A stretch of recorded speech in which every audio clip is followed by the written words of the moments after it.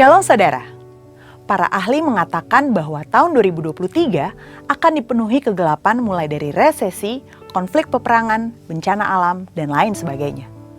Ini sesuai dengan yang Alkitab katakan dalam 2 Timotius 3 ayat 1 bahwa pada hari-hari terakhir kita akan memasuki masa yang sukar. Ironisnya, orang percaya yang adalah terang terkadang lebih memilih untuk berkumpul di dalam gereja, sehingga tanpa disadari kehilangan fungsinya sebagai terang. Bangkit dan menjadi pemenang hanya bisa terjadi jika orang percaya membawa terang dalam kegelapan. Dalam Voice of Pentecost kali ini, kita akan belajar apa yang harus kita lakukan di masa yang gelap ini, yaitu bangkitlah anak-anak terang. Rasul Paulus dalam 2 Timotius 3 ayat 2-5 bicara mengenai kemerosotan dalam hal-hal batinia seperti karakter dan perilaku manusia yang semakin jahat pada hari-hari akhir. Untuk menjadi pemenang, orang percaya perlu memiliki perilaku yang berbeda dan menjadi terang melalui perbuatannya.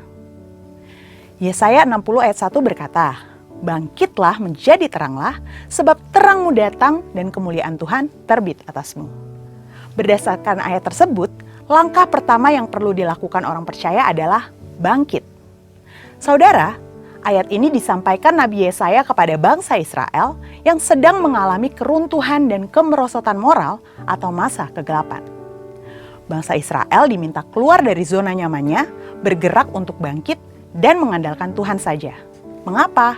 Karena sesungguhnya terang Tuhan sudah datang atas mereka. Dengan kata lain, bangsa Israel yang sudah menerima terang juga memantulkan cahaya itu dengan menjadi solusi bagi bangsa-bangsa lain. Langkah kedua adalah menjadi terang. Hal yang perlu dipahami di sini, baik bangsa Israel pada masa itu ataupun orang percaya masa kini, bukanlah sumber terang itu. Sama seperti bulan yang memantulkan cahaya matahari bagi bumi, mataharilah sumber cahaya itu. Tuhanlah sumber terang bagi orang-orang percaya. Untuk dapat menjadi terang, kita harus ada dalam cakupan sumbernya, yaitu Tuhan sendiri. Bagaimana kita ada dalam terang? Dengan menyelaraskan pikiran dan kehendak kita sesuai dengan pikiran dan kehendak Allah. Dengan merubah fokus hidup dari dunia kepada Tuhan. Hasilnya, kemuliaan Allah dapat terlihat dari perkataan, tindakan, dan perilaku sehari-hari. Keteladanan adalah salah satu cara yang efektif untuk menjadi berkat terang bagi dunia. Alkitab menuliskan Daniel, Sadrak, Mesak, dan Abednego menjadi teladan bahkan saat mengalami ancaman. Mereka memilih tetap percaya dan beribadah hanya kepada Allah. Hasilnya, Raja Darius dan Raja Nebukadnezar mengakui Tuhan Allah mereka sajalah Allah yang benar.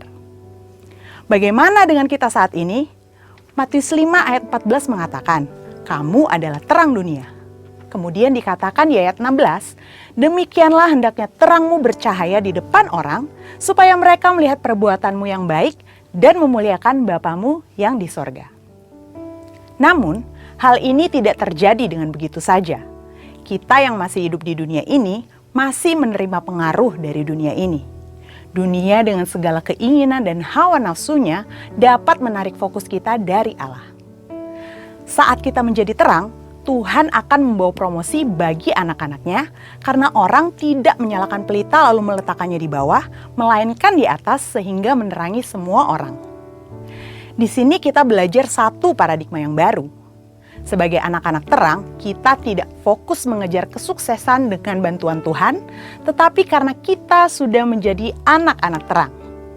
Terang selalu ditempatkan di atas dan bukan di bawah. Konsekuensi kita ditempatkan Tuhan di atas, kita perlu hidup sungguh-sungguh sesuai dengan kehendak Tuhan. Melakukan yang terbaik dalam bidang masing-masing, bekerja dengan excellent, memiliki hidup yang tertib, bekerja dengan disiplin, belajar dengan rajin, hidup jujur, menjadi berkat dan teladan bagi orang-orang di sekeliling kita. Rasul Paulus mengatakan dalam 1 Korintus 11 ayat 1, "Ikutlah teladan saya, seperti saya pun mengikuti teladan Kristus." Paulus yang meneladani Yesus menjadi teladan bagi Timotius. Kemudian Timotius juga diminta untuk menjadi teladan bagi orang-orang percaya. Ayo bangkit dan jadi terang. Jadilah teladan di tengah gelapnya dunia yang sedang mencari terang. Bangkitlah hai anak-anak terang. Untuk penjelasan lebih lengkap dari tim teologi kami, silakan buka link yang ada di atas atau scan QR Code yang tersedia. Tuhan Yesus memberkati.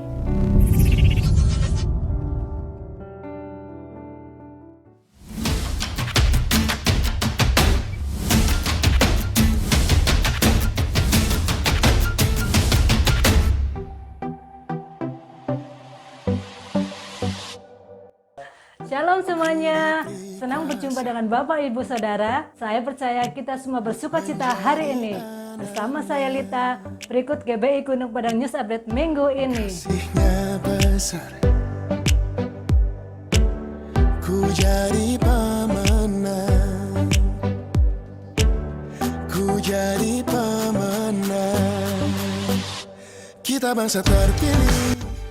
Persembahan dapat dimasukkan di kotak dekat pintu masuk setelah ibadah atau dapat diberikan melalui transfer ke rekening berikut. Menara doa minggu ini sementara ditiadakan. Info lebih lanjut dapat dilihat di grup gereja. Hai anak-anak kids, jangan lupa hari Minggu ada ibadah kids yang dilaksanakan jam 8 pagi di lantai 2 gedung gereja. Bagi para orang tua, diharapkan untuk mengingatkan anaknya beribadah kids. Info lebih lanjut dapat dilihat di grup kids. Ibadah Raya Minggu 23 April akan dilaksanakan hanya sekali, yaitu ibadah Raya pagi, dan untuk ibadah Raya sore ditiadakan. Untuk info lebih lanjut dapat menghubungi admin gereja. Bagi jemaat yang membutuhkan pelayanan dalam bidang apapun, dapat menghubungi kontak berikut atau dapat langsung ke kantor sekretariat gereja pada jam kerja. Kegiatan Kul bulan April. Kepunyaan Allah untuk memberitakan perbuatannya besar, keluar dari kegelapan kepada terangnya yang ajaib.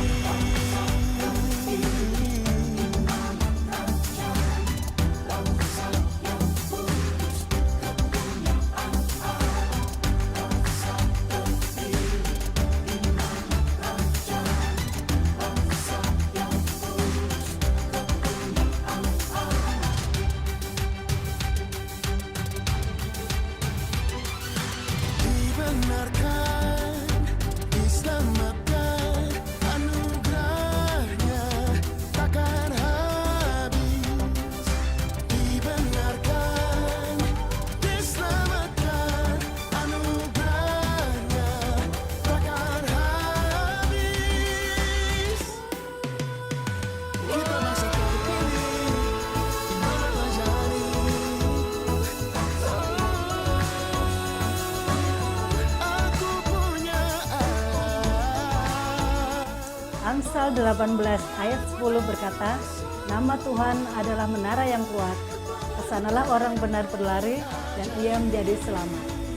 Demikian GBI Gunung Padang News Update minggu ini. Bangkit dan jadilah pemenang. Tuhan Yesus memberkati. Shalom Bapak Ibu Saudara.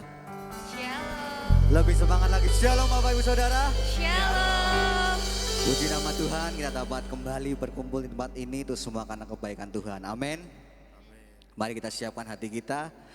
Kita mau masuk ke dalam pujian penyembahan. Sebelum itu mari kita berdoa.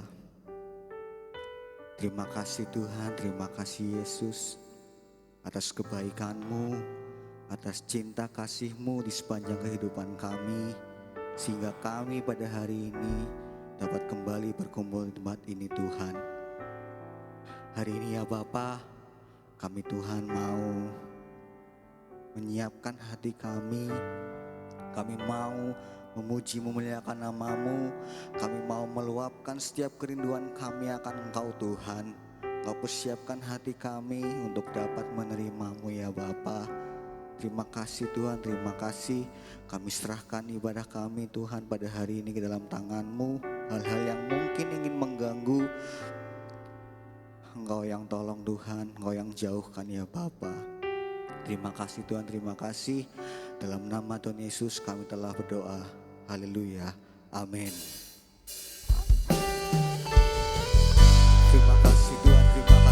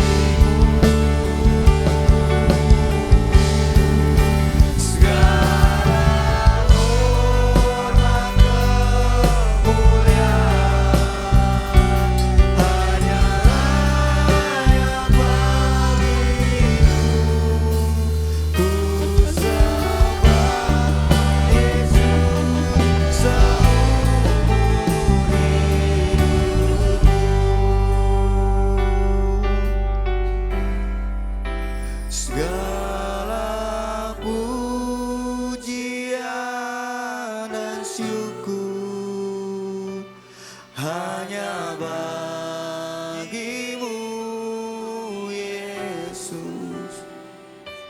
Dengan apakah ku bawa kasih-Mu?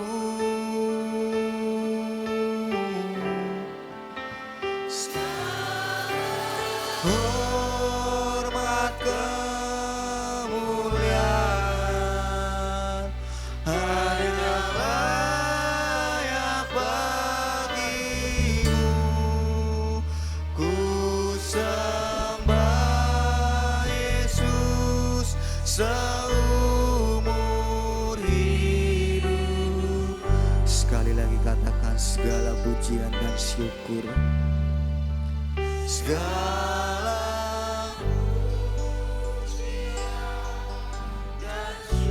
amin Tuhan Yesus.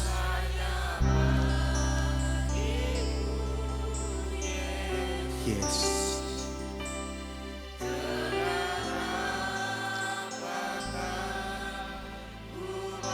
kasih.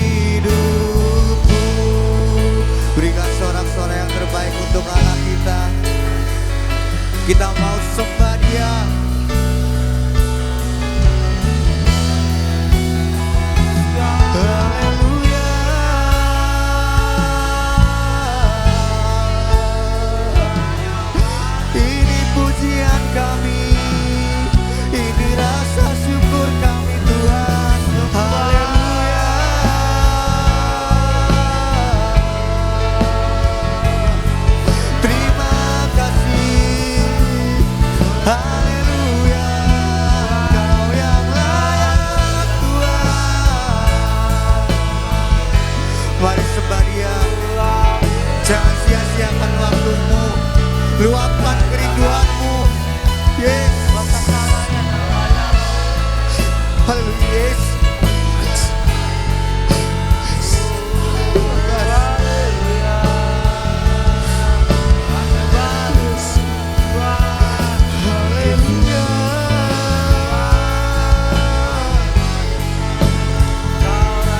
Ini kami Tuhan, ini kami Yesus. Penuhi kami Tuhan.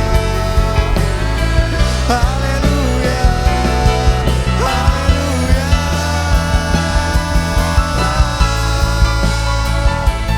Engkau baik, Yesus.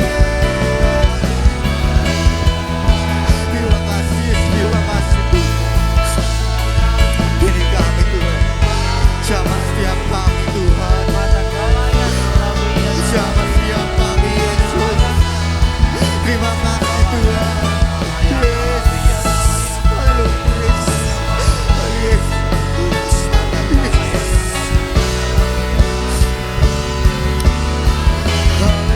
Yesus. Engkau yang layak Tuhan. Engkau yang layak terima setiap pujian kami. Engkau yang layak Tuhan. Yesus. Terima kasih. Terima kasih. Haleluya. Haleluya.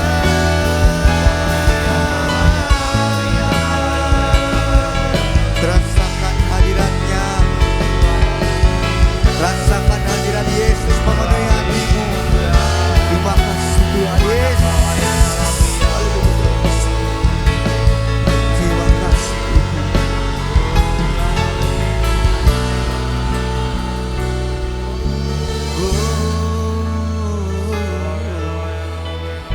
Terima kasih Tuhan.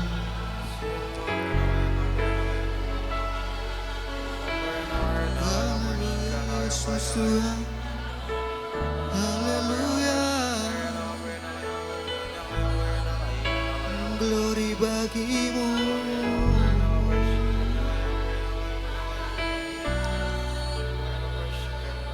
Yes.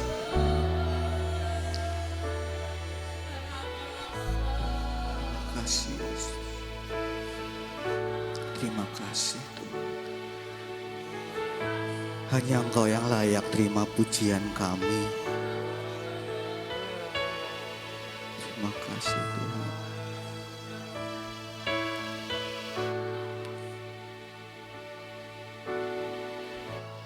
Nyanyi pujian bagimu Tuhan, pujian bagimu Tuhan. Namamu besar dan layak dipuji.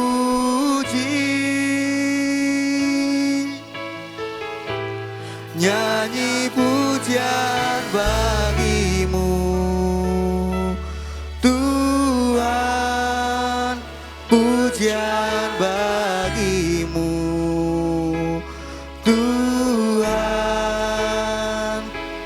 Namamu besar dan layak dipuji. Nyanyi pujian.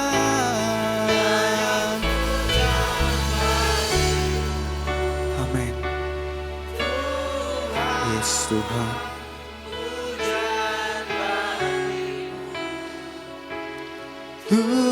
Tuhan, namamu besar dan layak dipuji.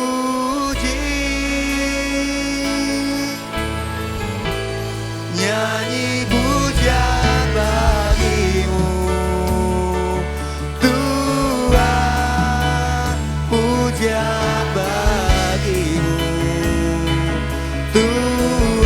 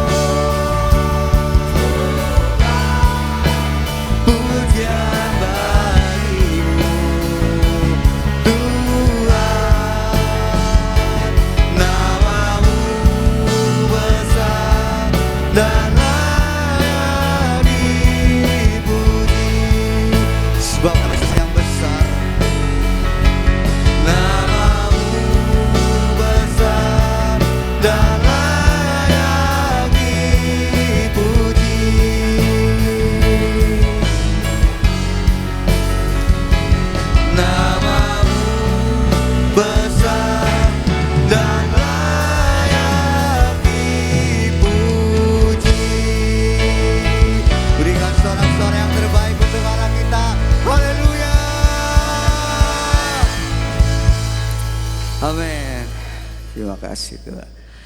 Saya sapa sekali lagi semua. Shalom. Shalom. Boleh katakan ke kanan dan kirinya, saya senang ketemu kamu lagi hari ini. Kita tahu, kita menyadari, kita tercipta untuk menyenangkan hati Tuhan. Amin. Mari kita bersuka cita, umat-umat pilihan Tuhan. Dipilih dari segala bangsa, kita dipilih jadi umatnya. Kita dipilih dan dikuduskannya, membawa kemuliaan hanya bagi Dia. Yes, dipilih dari segala bangsa, kita dipilih jadi umatnya. Kita dipilih dan dikuduskannya, membawa kemuliaan hanya bagi. Lambaikan tanganmu saudara, lihat dan hormat kami, terima sembah kami, pujian kami, terima kemuliaan dan hormat kami, terima sembah dan pujian. Katakan saya dipilih dari segala bangsa, saya dipilih jadi umatnya, saya dipilih dan dikuduskannya, membawa kemuliaan hanya bagi. Sekarang katakan kamu dipilih dari segala bangsa. Tunjuk samping kanan kirinya, jadi umatnya. Kamu dipilih dan dikuduskannya, membawa kemuliaan hanya bagi Dia. Terimalah kemuliaan dan hormat kami, terimalah sembah kami, pujian kami. Amin Tuhan.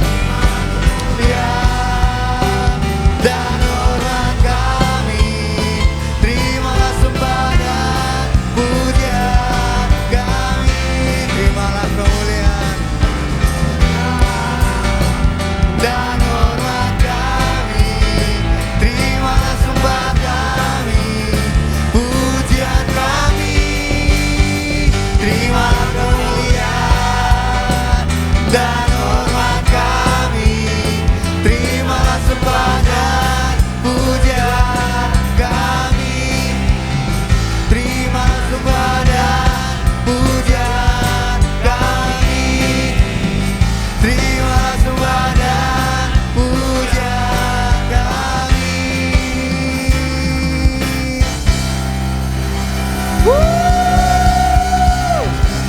Masih semangat Bapak Ibu Saudara, amin. Kemenangannya adalah kemenangan kita, kebangkitannya adalah kebangkitan kita. Sorak-sorai kemuliaan untuk Tuhan kita, amin. Tiba saatnya kita berkumpul.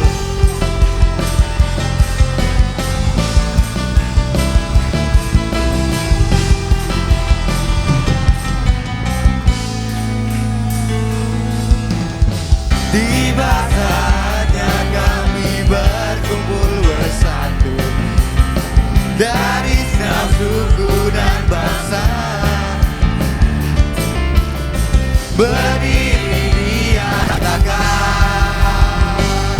keselamatan bagi hamba yang tunduk dan berkata, kami naikkan pada tanah domba. Pujian dan kekuatan, hormat dan kekuasaan, kemuliaan bagi Dia selamanya.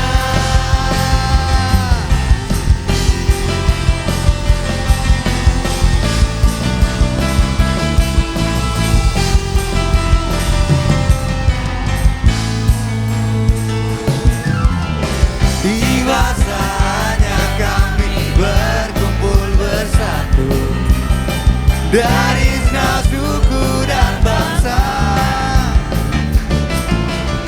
berdiri di hadapan tatanan domba. Satu suara menyatakan keselamatan bagi Allah yang penuh dan berkata, kami naikkan pada anak domba. Pujian dan kekuatan, hormat dan kekuasaan, kemuliaan baginya selama. Saya mau mendengar sebelah kiri dan kanan saya. Amin. Kami naikkan pada anak domba. Pujian, yes.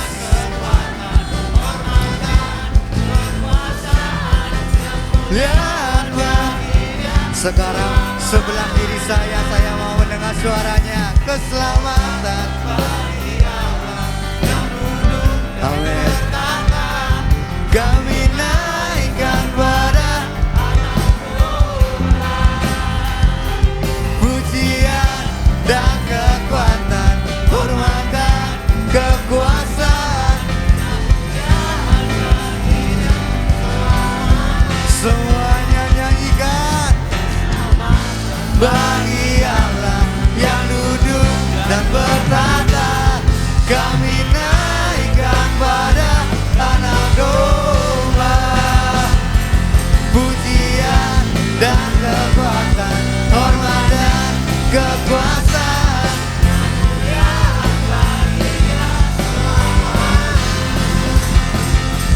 kemuliaan bagi Dia, kemuliaan bagi Dia, kemuliaan bagi Dia selamanya.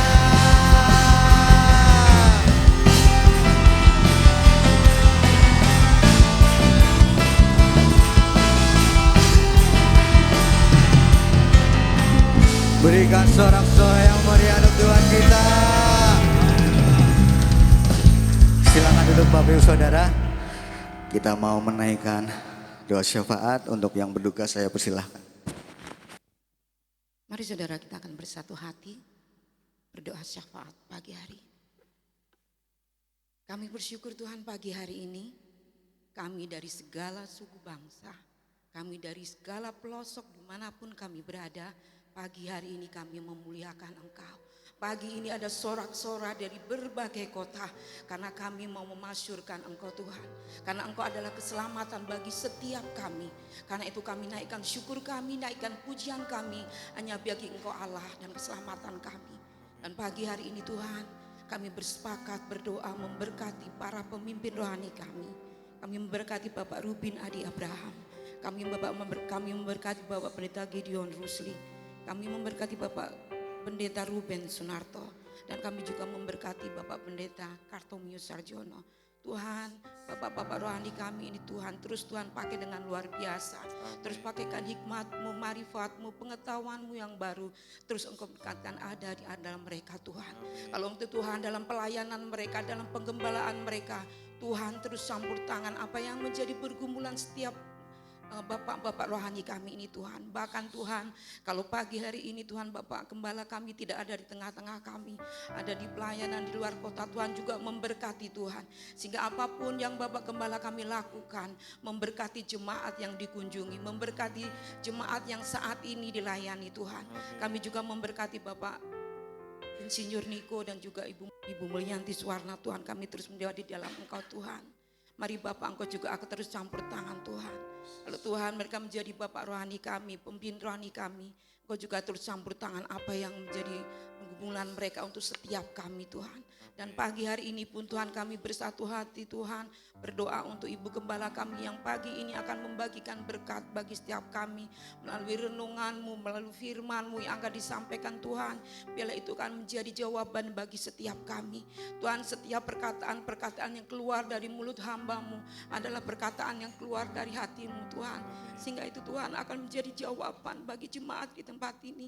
Terus bangun ekonomi kami, terus bangun rohani kami, terus itu Tuhan membuat kami kuat Tuhan. Karena itu Bapa, berkat Allah mengalir, pengetahuan Allah mengalir atas Tante Yohana yang akan membawakan firman-Mu pagi hari ini Tuhan. Mari Tuhan Kau juga akan terus memberkatinya Tuhan. Sehingga menjadi ibu bagi setiap kami, ibu bagi jemaat di tempat kami Tuhan. Kau berikan hati yang lemah lembut, Kau berikan hati yang turut Tuhan. Sehingga kami terjangkau oleh tangan kasih-Nya Tuhan. Karena itu Bapak, biarlah Tuhan Roh-Mu terus ada.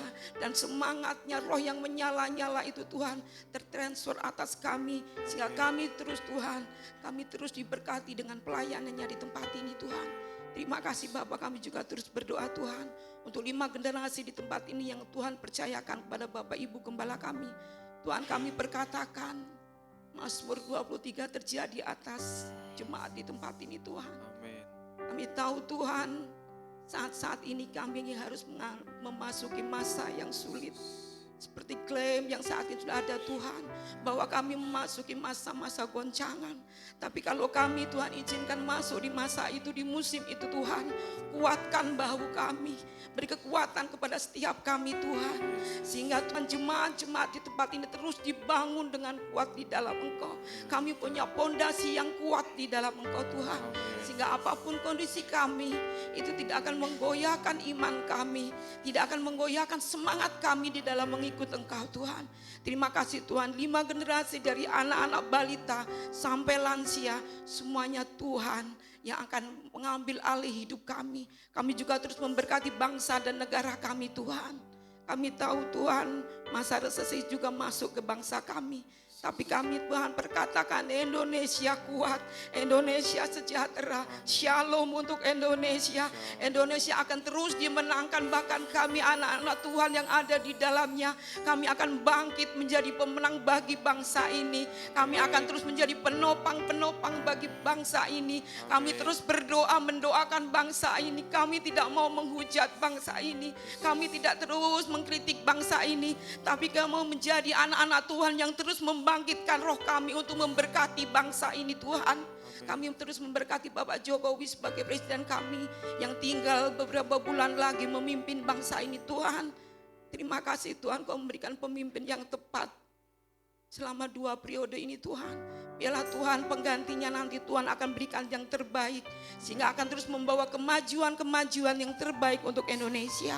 Terima kasih Tuhan Yesus. Kami juga berdoa untuk kota kami Purbalingga.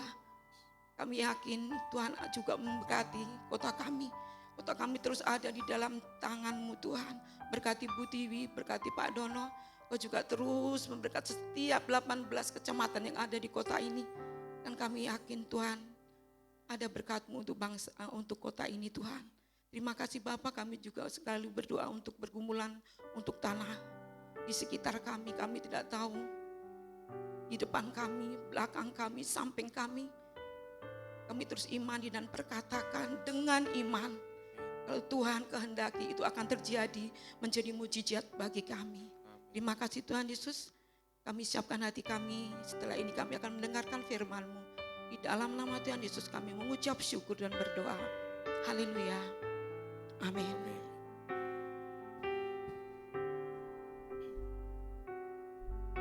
Tiba saatnya kita akan mendengarkan firman Tuhan. Mari kita persiapkan setiap hati kita untuk menerima firman-Nya.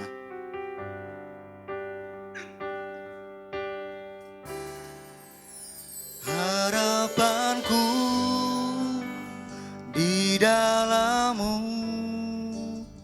hanya Kau Yesus kuatku. Ku percaya ku aman dalam, sebab Yesus harapan kita. Harapanku di dalam-Mu, hanya Kau Yesus kuatku.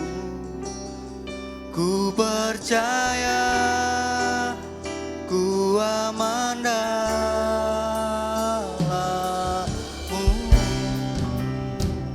Saya undang Bapak Ibu berdiri.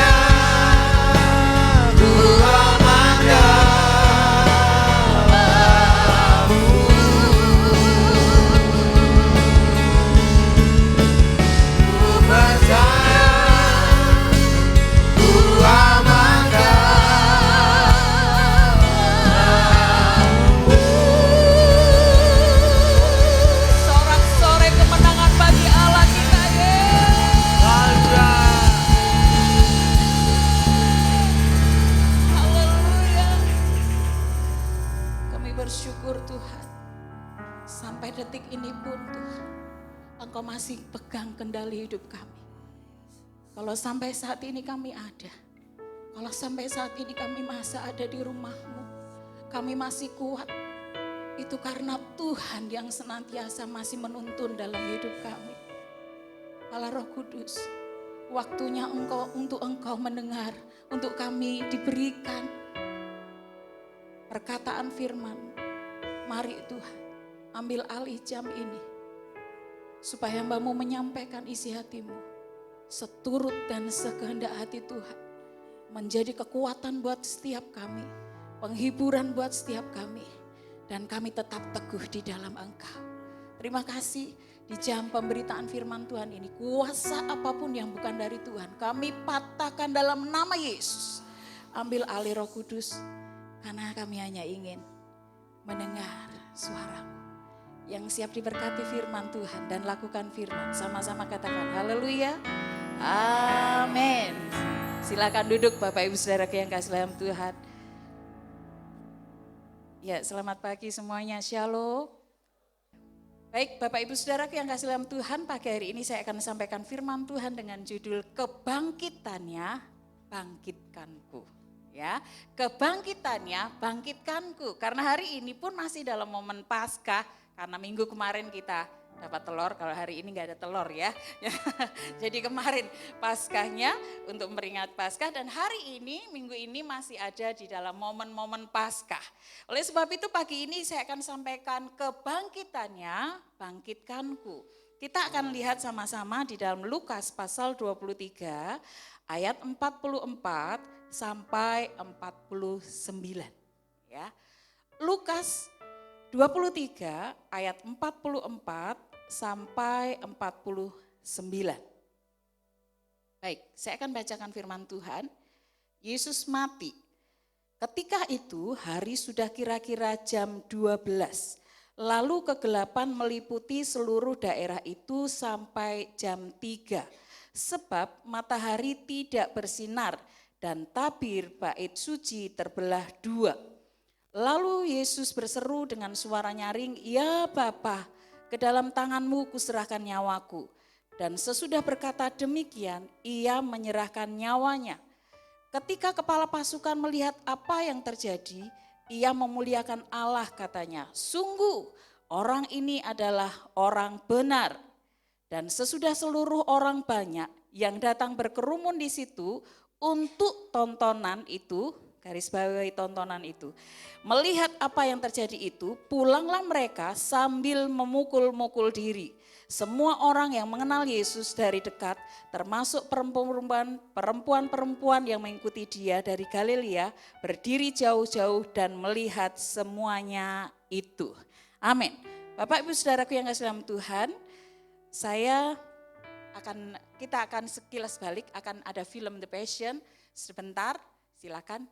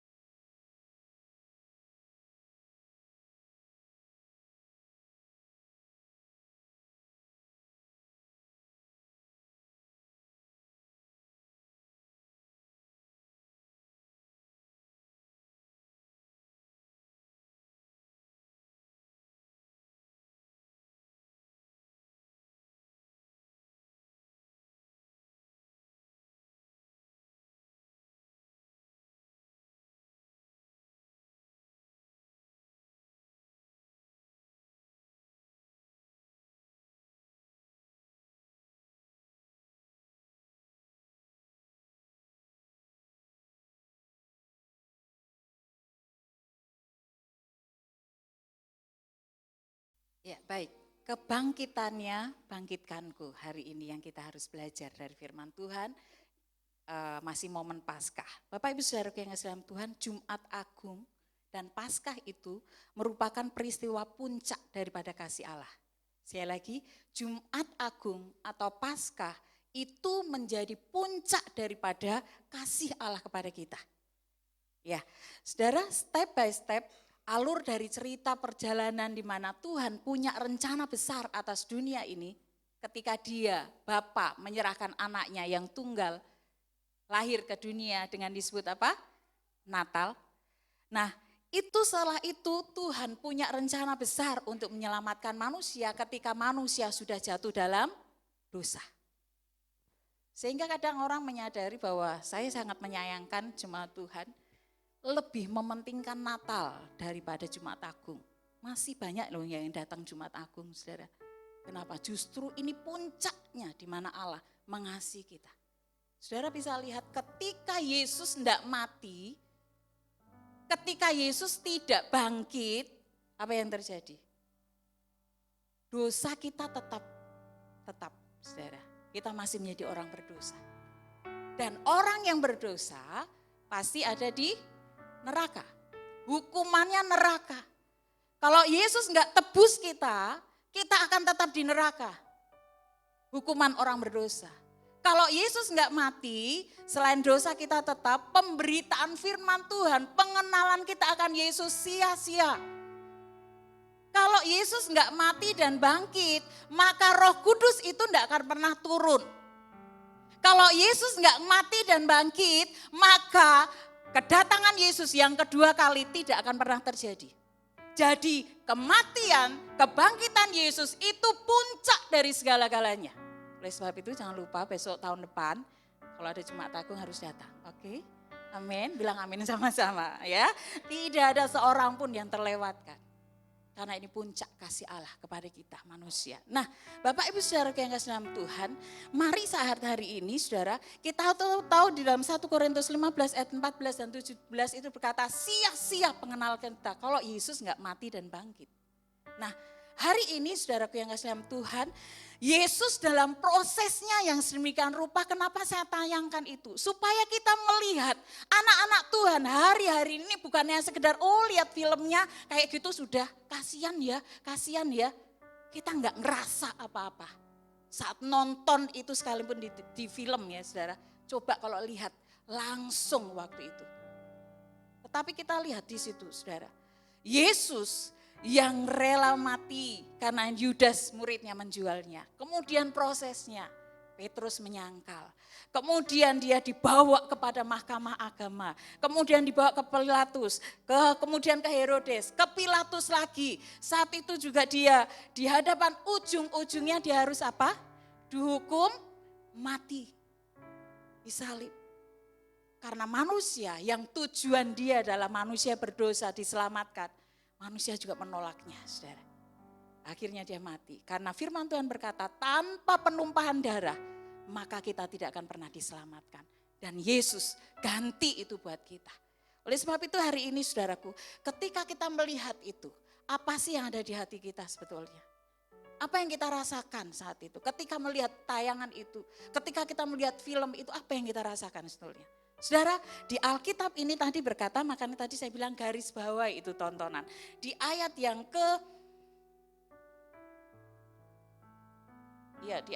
ke-48 itu dibilang gini, dan sesudah seluruh orang banyak yang datang berkerumun di situ untuk tontonan itu, melihat apa yang terjadi itu, pulanglah mereka sambil memukul-mukul diri.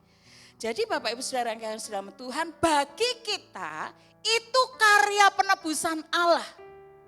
Karya Allah mengasihi kita orang berdosa. Tuhan angkat kita, Tuhan kasih kita supaya kita tidak hidup di neraka, tapi Tuhan bawa kepada terangnya yang ajaib dalam surga kekekalan.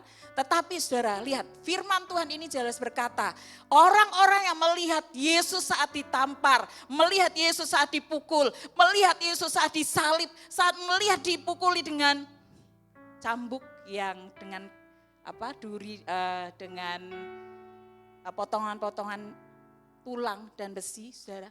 orang hanya melihat itu sebagai tontonan. Pernah lihat pawai? Ya kan, di Purbalingga ini selalu ada pawai 17-an, kemudian ulang tahun Purbalingga gitu kan. Wah, orang berduyun-duyun nonton begitu ya. Kita lihat, ih bagus loh, pakaiannya bagus, kostumnya bagus, penampilannya bagus kan begitu. Kalau lihat pawai, ini juga begitu saudara. Di Alkitab mencatat bahwa ketika Yesus punya master plan, rencana besar dunia ini menyelamatkan manusia yang harusnya menjadi targetnya Allah untuk diselamatkan, justru manusia berkata nonton peristiwa itu saudara. Nonton dengan hal-hal itu saudara. Kasihan ya, dicambuki loh. Gimana selanjutnya? Mereka nonton semuanya, saudara. Tapi saudaraku yang kasih dalam Tuhan, peristiwa itu merupakan master plan-nya Allah, rencana besarnya Allah bagi dunia dan manusia yang berdosa setelah jatuh dalam dosa, saudara. Jadi hari ini kita mau belajar, tetapi bagi orang percaya, peristiwa ini adalah lewat kematian dan kebangkitan Yesus mengingatkan kita untuk bangkit hari-hari ini. Amin. Kita harus bangkit dengan kematian Yesus, kebangkitan Yesus. Hari-hari ini kita harus bangkit. Soalnya kanan kirinya, hari-hari ini kita harus bangkit. Hari-hari ini kita harus bangkit ya. Kita harus bangkit dari keterpurukan kita. Kita harus bangkit dari kecewa kita. Kita harus bangkit dari ekonomi kita. Kita harus bangkit hari-hari ini dengan segala sesuatu yang menindih kita. Sehingga kita tidak bisa, kita berkata, enggak mampu Tuhan, enggak bisa Tuhan, enggak sanggup Tuhan. Tapi dengar, lewat kebangkitannya Tuhan mau berkata, bangkit, karena aku sudah bangkit. Oleh sebab itu saudaraku, apa yang seharusnya umat Tuhan lakukan pada Paskah ini? Harus bangkit. Kenapa harus bangkit? Kita lihat ada tiga perkara besar yang Allah lakukan di dalam kebangkitan, kematian dan kebangkitannya. Kita mau lihat yang pertama, saudara. Next, yang pertama adalah apa yang perlu dipelajari dari peristiwa kematian dan kebangkitan Yesus supaya kita terus bangkit. Yang pertama di ayat yang ke-44 sampai 45a. Berkata, ketika itu hari sudah kira-kira jam 12, lalu kegelapan meliputi seluruh daerah itu sampai jam 3. Sebab matahari tidak bersinar.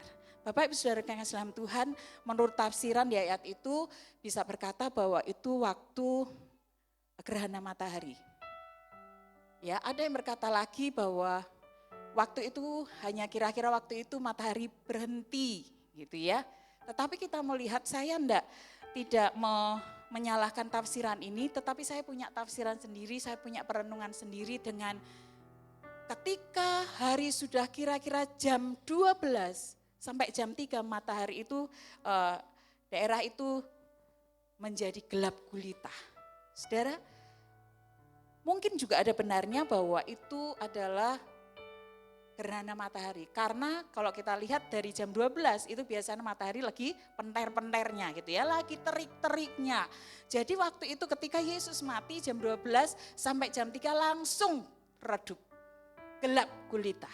Nah, saya hanya mau dengan apa yang saya renungkan, saya hanya bilang begini, dengan kematian itu kita belajar bahwa yang pasti itu alam sedang berduka. Alam sedang tertunduk ketika melihat bahwa Sang Pencipta, Tuhan yang mengasihi manusia, yang di surga itu mau mati rela buat manusia, menebus dosa manusia. Sehingga mereka tertunduk, dia tersungkur seperti itu, saudara. Ya, lewat matahari yang bersinar, tiba-tiba redup. Nah, hari-hari ini saya, saudaraku, diingatkan Tuhan bahwa lewat ini semuanya Tuhan mau mengajar begini. Saudara pernah dengar slogan begini, khotbah ratusan kali kadang susah untuk membuat orang bertobat. Tapi kalau alam sudah berbicara sekali saja bisa membuat orang bertobat. Pernah lihat kemarin tanggal 17 sampai 15 Februari kemarin di Brasil ketika melakukan pawai usai karnaval satanik, apa yang terjadi? Gempa bumi dan banjir. Kemudian di Turki 11.000 orang mati dengan gempa 7,8 Skala Richter, banyak orang yang mati, gempa, digoncang gempa. Kemudian yang di Cianjur, ada banyak yang mati juga, saudara. Dengan apa? Terjadi gempa. Hari-hari ini Tuhan mengingatkan begini, saudara. Bahkan kemarin, hari apa ya kemarin ya, waktu kita nengok Ciosi, Bobesari ditanya, kerasa gempa enggak gitu kan? Pada yang bikin status, banyak bikin status, kerasa gempa enggak gitu kan? Saya enggak kerasa karena lagi di mobil, di Kebobesari jadi enggak kerasa. Jadi saudara, orang sudah bingung loh saat tahu ada gempa dan sebagainya. Nah saudara, kita hari-hari ini diingatkan Tuhan gini, saya diingatkan Tuhan begini, ingat dengan kematian Yesus, dengan kebangkitan Yesus, alam itu bisa berbicara. Alam itu bisa membuat hari-hari ini untuk diingatkan Tuhan supaya cepat-cepat bertobat, untuk cepat-cepat melangkah, untuk cepat-cepat melakukan seperti apa yang Tuhan mau. Itu yang Tuhan mau tekankan kita hari-hari ini. Saudara, ayo belajar untuk kita mengerti kehendak Tuhan. Apapun yang Tuhan izinkan hari-hari ini untuk Tuhan ingatkan kita, segera cepat. Jangan keraskan hati kita hari-hari ini. Tuhan mau lewat momen Paskah ini, Tuhan mengatakan gelap gulita, gempa terjadi supaya orang-orang bertobat. Kalau ayat di bawahnya nanti kita bisa lihat mereka lari ketakutan dan mereka memukul-mukul diri. Di Cianjur, saudara. Saya merenungkan kenapa Cianjur ya Tuhan. Kota kecil loh Tuhan. Ternyata Tuhan baru bukakan. Ternyata di situ banyak LGBT-nya. Setiap saya berdoa, ketika saya berdoa, Tuhan kenapa ini terjadi? Kenapa di daerah ini terjadi? Tuhan bukakan saya, ini loh ada seperti ini. Ini loh ada seperti ini. Saudara, jadi hari-hari ini kita mau diajar Tuhan. Dengan peristiwa seperti ini, bahwa gelap gulita, Tuhan mau pakai alam untuk membuat manusia hari ini bertobat. Hari-hari ini kita jangan keras hati untuk dekat dengan Tuhan. Jadi oleh sebab itu saudara, ada banyak cara untuk Tuhan membukakan kita untuk kita bisa bertobat. Saya kemarin lihat statusnya teman saya, dia pelayanan di Kalimantan Timur, dia bikin status begini. Aku diajari sabar dengan printer, kata dia gitu kan. Terus kemudian saya jawab, saya komen, saya bilang saya komen cuman orang ketawa aja. Terus kemudian aku kemarin diajari sabar dengan printer. Terus kedua aku disabari dengan kucing katanya. Waduh luar biasa. Printer sama kucing bisa mengingatkan dia untuk sabar. Kucingnya katanya bisa waktu marah-marah gitu ya. Kucing bilang jangan. Begitu saudara. Ternyata kucing pun bisa dipakai Tuhan untuk bisa ngomong jangan. Untuk apa? Sabar saudara. Oleh sebab itu hari-hari ini apa yang saat ini Tuhan sedang ingatkan? Lewat kecelakaankah? Lewat sakit penyakitkah? Lewat masalah yang bertubi-tubikah? Lewat apapun yang hari-hari ini Tuhan sedang ingatkan. Engkau sedang diingatkan anakmu kah? Engkau sedang diingatkan istrimu, suamimu kah? Engkau sedang diingatkan oleh anak kecil kah? Ayo saudara, belajar untuk kita peka. Karena Tuhan mau dengan itu kita bertobat. Amin. Itu yang pertama. Kedua, yuk kita next. Apa yang perlu dipelajari dari peristiwa kematian dan kebangkitan Yesus supaya terus bangkit kita. Yang kedua adalah ayat itu mengatakan tabir bait suci terbelah jadi dua. Ya, ayat yang ke-45 berkata, 45b berkata, dan tabir bait suci terbelah dua. Bapak Ibu Saudara, ruang Maha Kudus, di pelataran bait Allah itu ada di bait suci itu terdiri dari tiga tempat. Satu Maha Kudus, ruang Maha Kudus, kedua ruang kudus, yang ketiga adalah pelataran. Nah, tabir bait suci itu adalah tirai antara ruang Maha Kudus dan ruang kudus. Nah tabir itu tebalnya itu setelapak tangan kita. Jadi 5-10 cm tebalnya tabirnya. Panjangnya itu 20 meter, lebarnya itu 10 meter. Ya. Jadi tabir itu adalah tabir yang kuat, yang kokoh untuk membatasi antara ruang kudus dan ruang Maha Kudus. Untuk masuk ke ruang Maha Kudus ini tidak semua orang bisa. Harus seorang imam besar yang terpilih. Itu pun kalau masuk ke ruang Maha Kudus itu kakinya harus diikat, saudara. Jadi kakinya diikat terus dikasih keliningan. Kenapa? Karena orang yang masuk ruang Maha Kudus itu kalau dia tidak suci, dia tidak dikuduskan, dia berdosa terus masuk ruang Maha Kudus pasti dia mati. Sehingga itu harus ditarik, kalau dia mati itu ditarik. Nah, keliningan, bunyi keliningan itu adalah ketika dia melakukan aktivitas di ruang Maha Kudus, melayani Allah di situ, dia ketika jalan begini keliningannya kedengaran. Kalau ke sini kedengaran. Jadi kalau keliningannya bunyi berarti orang itu masih hidup. Tapi kalau sudah tidak bunyi itu baru diseret. Nah, kalau orang yang nyeret pun tidak sembarangan orang harus diseret. Kalau dia sembarangan orang mati juga.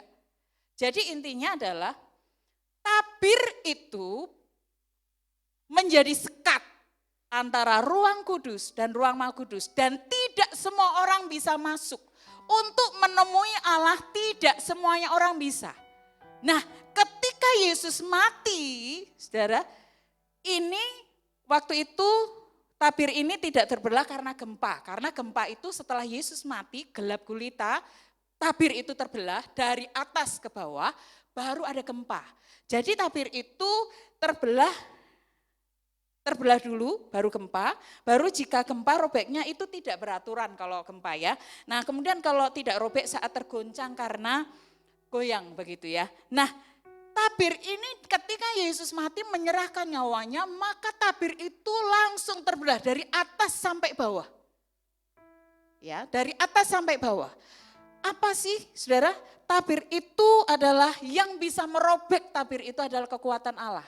Ada penafsiran bahwa tabir sekuat itu hanya akan bisa dirobek kalau ada 6 atau 7 kuda dari kanan dan kiri. Itu baru bisa kerobek. Jadi sangat-sangat tebal saudara ya tabir ini. Nah tabir ini kita bila melihat apa sih makna daripada tabir yang terbelah dari atas sampai ke bawah. Maknanya adalah di Ibrani 10 ayat 20 itu berkata, itu membuka jalan baru melalui dirinya sendiri. Jadi melalui Yesus yang mati di atas kayu salib itu terbelah, jadi tabir itu terbelah dari atas ke bawah, berpisah begini kanan ke kiri. Kemudian saudara itu menjadi tanda bahwa melalui jalan baru Yesus melalui dirinya itu kepada perantara kepada Allah Bapa. Jadi tidak ada sekat lagi antara kita orang berdosa untuk bertemu dengan Allah, nggak ada sekat lagi. Jadi kita bebas untuk bisa memuji mengagungkan nama Tuhan. Ya, di situ. Jadi saudaraku itu juga lambang kematian Yesus di kayu salib. Jadi ketika Yesus mati maka itu terbelah jadi 2 ya, sobek dari atas ke bawah. Nah tidak ada penghalang lagi hambatan untuk manusia dan Allah itu bisa berhubungan lagi. Saudara saya mau katakan begini, kapanpun kita mau menemui Allah sekarang tidak ada batasan lagi. Tidak ada batasan lagi. Jadi kita mau menghadap ke barat, menghadap ke timur, menghadap ke utara, menghadap ke selatan, kita mau pakai baju begini, kita mau pakai baju resmi, kita mau pakai celana pendek, ketika kita bisa menghubungi Allah tidak ada batasan lagi. Jadi Allah mau kita, manusia ini kapan saja bisa menghubungi Dia. Amin. Jadi inilah waktunya kita bersuka cita karena bukan agama kita tidak mengusurkan harus ke sana. Gitu kan? Kita mau hadap kemana-mana. Oke. Yang penting apa sih Tuhan mau? Hati. Bapak Ibu Saudara bisa menyembah Tuhan saat nyopir? Bisa menyembah Tuhan saat nyapu? Bisa menyembah Tuhan saat ngepel? Bisa? Kita bisa menyembah Tuhan saat di toilet pun bisa loh. Betul? Saat kita sakit perut, apakah enggak perlu kita Tuhan tolong perutku sakit? Kan bisa begitu. Waktu zaman dulu enggak bisa, saudara. Tetapi hari-hari ini Tuhan mau katakan, engkau bisa berhubungan dengan aku kapanpun anakku. Mau pagi kah, siang kah, malam kah, saat engkau sendiri kah, saat engkau bareng-bareng kah, saat engkau dimanapun berada, engkau bisa hubungi aku anakku. Itu yang Tuhan mau katakan hari-hari ini. Karena Tuhan mau setiap saat, setiap waktu dia dekat dengan anaknya. Amin. Saudara saya pernah waktu SMP, saya itu naik sepeda, sekolah naik sepeda. Jalan ini tuh turun gitu, waktu turun aduh saudara, jadi kan remnya blongko itu tiba-tiba blong begitu loh, saya teriak dalam nama Yesus, Yesus tolong begitu kan. Tiba-tiba saudara, yang waktu turunan gini, saya udah deg-degannya minta ampun kan ya. Tapi Tuhan tiba-tiba tek, berhentiin saudara. Kenapa? Yesus kita, yang kita sembah, tidak terbatas ruang dan waktu. Amin. Kita mau ketemu dia, kita mau minta tolong kapanpun, kita mau dalam kondisi apapun, dia sanggup tolong kita. Amin. Itu yang Tuhan mau katakan hari-hari ini, bahwa kita adalah orang-orang yang di saat ini Tuhan mau dekat dengan dia. Karena kapanpun dia ada bersama dengan kita. Tidak terbatas ruang dan waktu. Kalau dulu dibatasi, sekarang nggak ada batasan lagi untuk kita menghampiri Allah kita. Amin. Itu yang kedua. Yuk yang ketiga, yang terakhir saudara, kita mau lihat apa yang perlu kita pelajari dari peristiwa kematian dan kebangkitannya supaya kita terus bangkit hari-hari ini. Yang ketiga, next. Yang ketiga adalah pernyataan sungguh orang ini adalah orang benar. Ya, di ayat yang ke 47 itu berkata begini, ketika kepala pasukan melihat apa yang terjadi, ia memuliakan Allah, katanya, sungguh orang ini adalah orang benar. Di ayat di Matius 27 ayat 45 dan 46 itu berkata bahwa sungguh dia ini adalah anak Allah. Saudara, berita kematian dan kebangkitannya ini menakjubkan. Sehingga mereka sendiri berkata, benar, sungguh dia adalah anak Allah. Saudara, hari-hari ini saudara kita lihat, kalau kita meyakini itu, Yesus itu benar, dia anak Allah. Tetapi ingat, Yesus sudah mengalahkan maut, Yesus sudah mengalahkan dosa. Tetapi ingat, iblis tetap akan bekerja keras. Kita mau lihat di ayat Matius 28 ayat 13. Matius 28 ayat 13.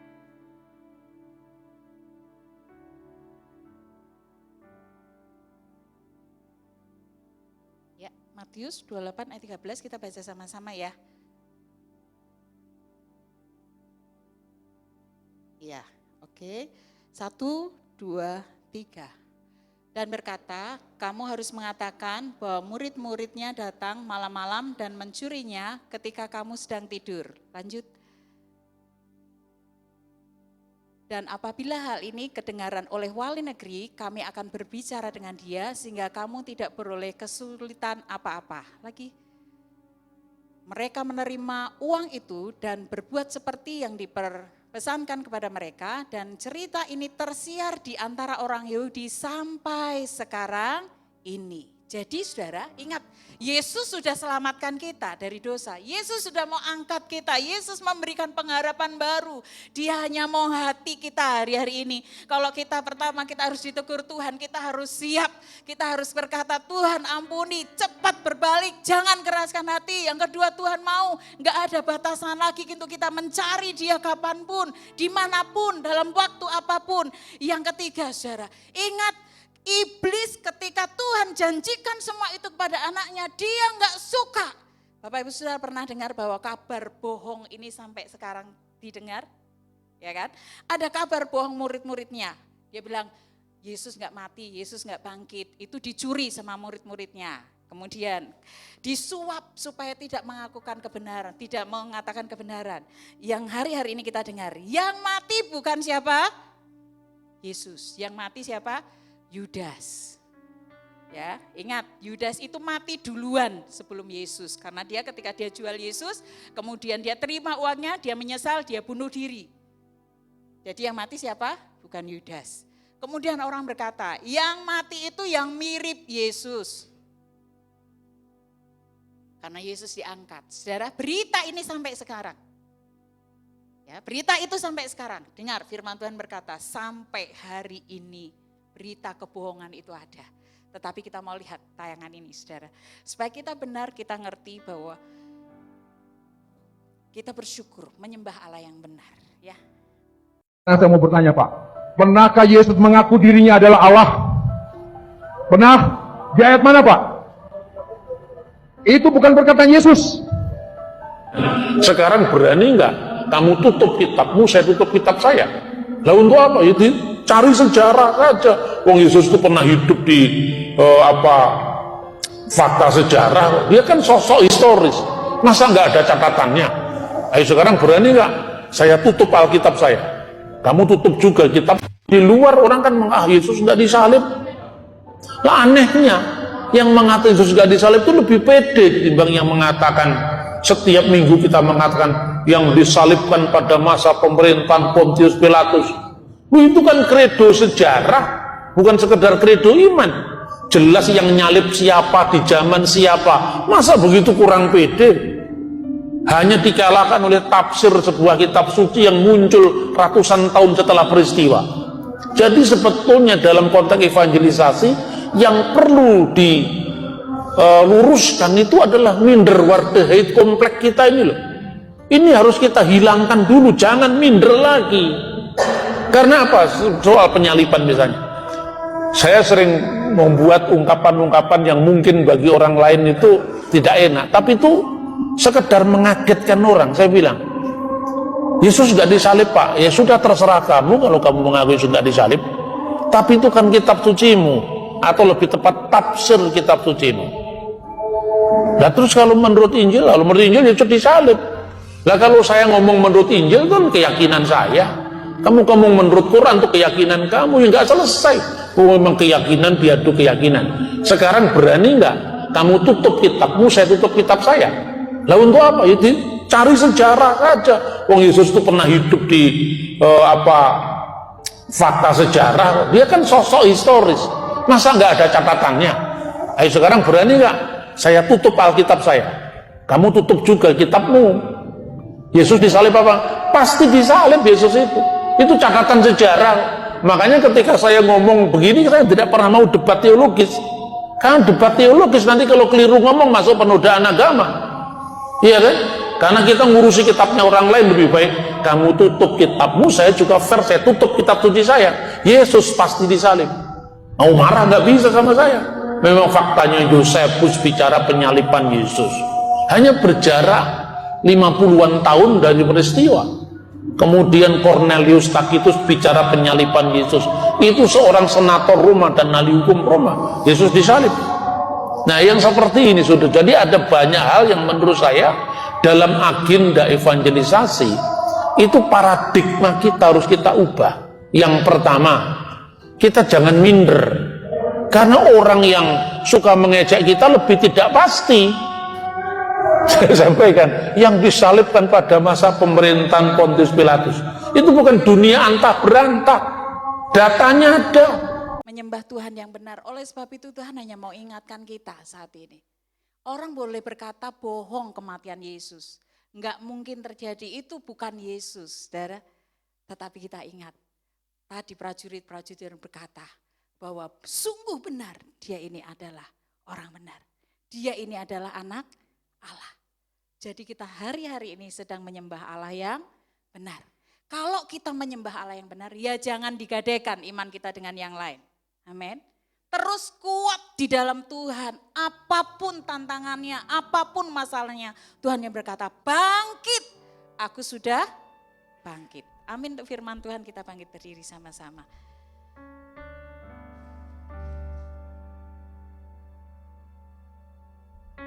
Yesus, kau kebenaran yang menyelamatkanku, saudara. Hari ini dengan kebangkitannya, momen kematian dan kebangkitannya, Tuhan hanya mau. Jangan keraskan hatimu ketika Tuhan memberikan kita peringatan. Alam bisa dipakai Tuhan untuk mengingatkan kita. Apa saja bisa Tuhan pakai untuk mengingatkan kita. Jangan keraskan hatimu, cepat bertobat, cepat minta ampun, cepat berbalik. Tuhan juga mengingatkan untuk bangkit karena batasan untuk menghadap Allah yang maha suci itu sudah tidak ada lagi. Lewat Yesus yang mati itu, kita bebas kapanpun, kita bisa menghampiri Dia kapanpun.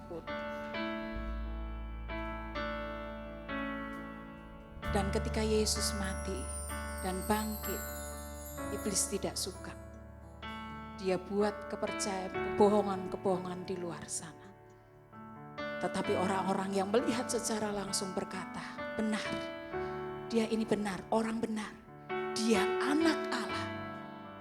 Hari-hari ini kita menyembah Allah yang benar. Kita menyembah Tuhan yang benar. Jangan gadaikan imanmu dengan yang lain.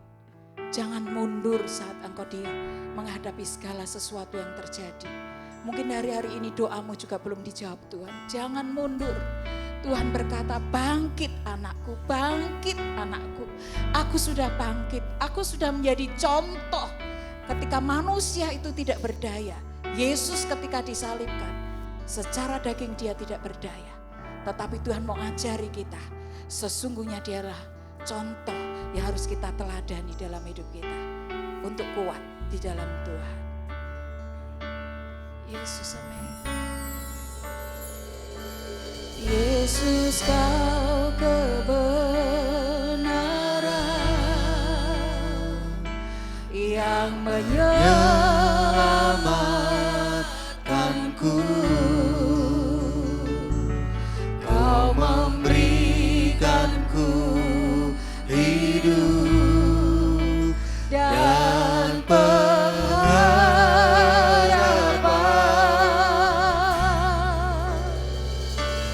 Ku ikut kehendak-Mu,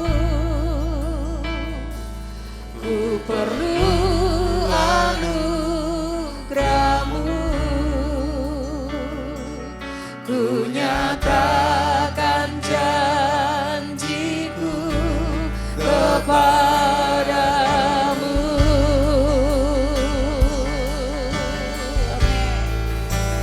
Kalau ku hidup bagimu, hatiku tetap menyembah-Mu. Dunia tak bisa menjauhkanku dari kasih-Mu. Selama ku hidup bagimu, mataku tetap memandang-Mu. Dunia tak bisa menjauhkanku dari kasih-Mu. Yesus, kau kebenaran. Yesus, kau kebenaran yang menyelamatkanku.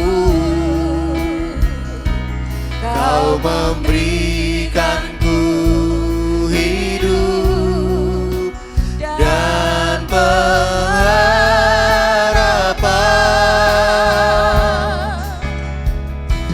Ku ikut kehendak-Mu,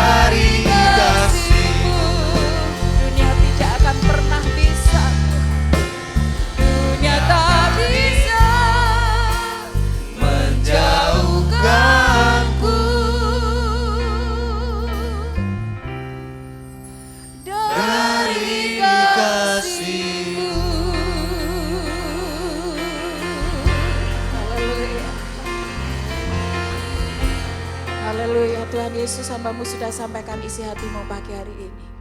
Mari Engkau Roh Kudus akan bekerja lebih lagi, supaya membuat kami hari-hari ini terus bangkit dengan kebangkitan-Mu. Karena kami tahu Tuhan, Engkau Tuhan, tidak ada seorang pun, tidak ada batas apapun untuk mengalihkan hidup kami dari dunia ini. Supaya kami tetap ada dalam perlindungan-Mu. Tuhan Yesus, hamba-Mu sudah sampaikan, dan hamba-Mu berdoa, setiap kami tutup bungkus dengan kuasa darah-Mu. Bentengi kami supaya kami tetap kuat di dalam-Mu. Bentengi kami supaya kami tetap iman kami tidak beranjak, tidak beralih dengan apapun. Hidup kami, hidup yang sesungguhnya dipimpin dan dituntun Tuhan. Karena Engkau sangat-sangat mengasihi kami. Tuhan Yesus, terima kasih buat keselamatan-Mu itu. Terima kasih buat pengorbanan-Mu. Terima kasih buat kebangkitan-Mu Tuhan. Terima kasih. Terima kasih Tuhan. Terima kasih. Dan sebentar kami pulang, bila kasih kemurahan Tuhan terus bersama dengan kami. Dimanapun kami berada, kapanpun itu Tuhan, kami ada di dalam kemurahan-Mu. Terima kasih Bapak. Terima kasih, biarlah kami pulang dengan kasih kemurahan Tuhan dan kami tetap kuat dan sehat dalam kasih Tuhan. Terima kasih Tuhan, dalam nama Yesus kami berdoa. Mari saudara kita angkat tangan kita di hadapan Tuhan. Tuhan memberkati engkau dan melindungi engkau. Tuhan menyinari engkau dengan wajahnya dan memberi engkau kasih karunia. Tuhan menghadapkan wajahnya kepadamu dan memberi engkau damai sejahtera. Bapak Ibu saudaraku yang kasih dalam Tuhan, sekarang terimalah berkat, kasih sayang daripada Tuhan kita Yesus Kristus bersama dengan persekutuan kuat kuasa Roh Kudus menyertai kita mulai hari ini sampai Maranatha. Tuhan Yesus datang dan menjemput kita di awan-awan permai. Yang percaya dan diberkati Tuhan, sama-sama kita katakan haleluya. Amin.